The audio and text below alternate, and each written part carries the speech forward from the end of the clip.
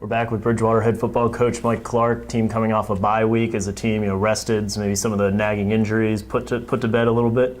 Well, I hope we're rested, but it's a scary time because sometimes you worry about giving up momentum too. But I do think it's a long season, and even if it's just for 48 hours to get kids away, have them see a different face, let them hear a different voice, that's really healthy for everybody involved. We worked out Monday night, and my hope is there's a little spring in their legs, and we're going to need good energy because from this point on, the submarine goes down here over the next 7 weeks. We kind of get into a routine. There really are no days off for coaches, and kids don't get much off, so it had to be a charge, and as I told them when they left, once you get into conference play, we have to find a second gear, and we'll find out whether we have that this Saturday down in Hampton-Sydney. Last game was a 52-0 win over Apprentice. It's really been a complete team effort the first 3 games. So just looking at a few positional groups where you probably had some question marks coming in, and it seems like people have stepped up. One clip that really stood out to me from the Apprentice game was Malavi Barker's first touchdown run when all the blockers were 3 yards in the end zone.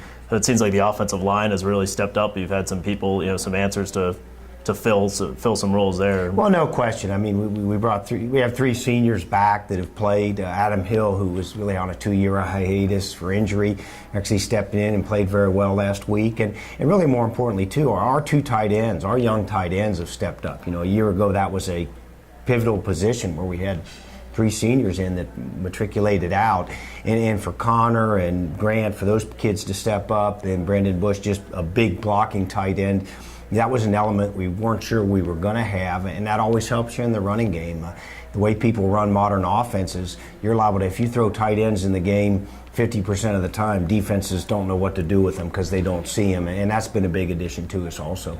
And defensively, the big question mark coming in was linebacker. You pretty much knew what you had defensive line and secondary, and now a couple weeks later, Braden Thompson had a huge game against Thomas More. He's been really key, in that spot. You've had some help, Chance Morris and Gary Ramey, who may also line up at safety sometime, have given you some athleticism and some hitting there. It seems like another position that was a question mark has been a big strength. Well, I think it's been sandwiched behind good people and in front of good people. And you're right, Gary and Chance give us a little versatility that they can be multiple, they can be inside or outside guys, and I do believe we stayed relatively healthy there. I think we've taken the point with Dej and Braden, in terms you mentioned that, these are kids that they've stayed healthy and they've played, and we did a really pretty good personnel study over the open date, and we've tried to ID these are the kids we have to try to make our run with, and my hope is if they stay healthy they'll get better. You're right, you mentioned earlier it has to be a complete win. They've been complete wins, I really have kind of felt, but that's how they're going to have to be moving forward.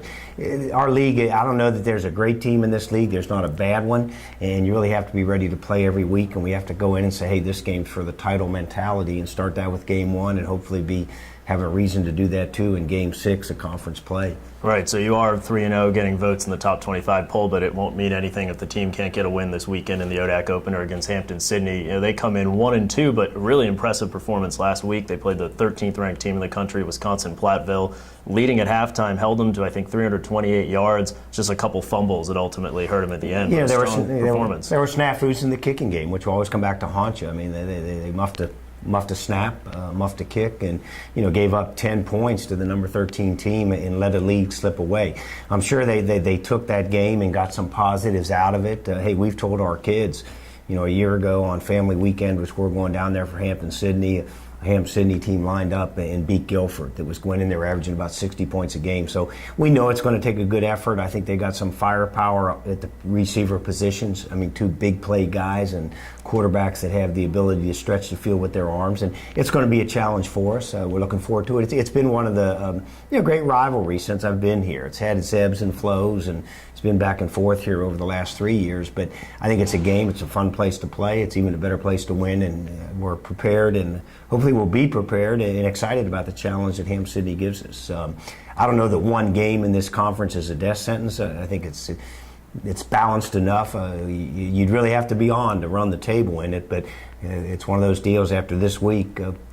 3 of us are going to be in first place, 3 of us are going to be in last, and Guilford will not have played a game, and my shot is to go down there and see if I can't say, hey, I'm tied for first in the ODAC and move to the next challenge.